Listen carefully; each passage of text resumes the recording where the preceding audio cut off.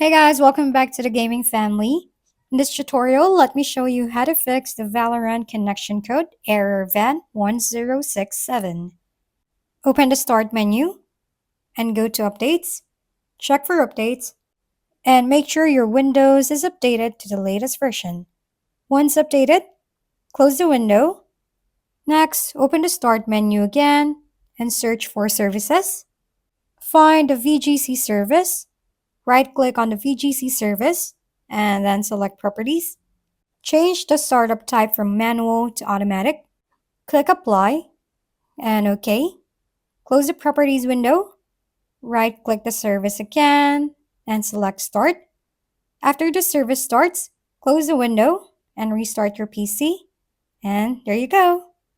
And that's it for today's video. This has been your go-to channel for gaming content, Gaming Family. Don't forget to like, subscribe, and leave your comments below. See you on the next videos.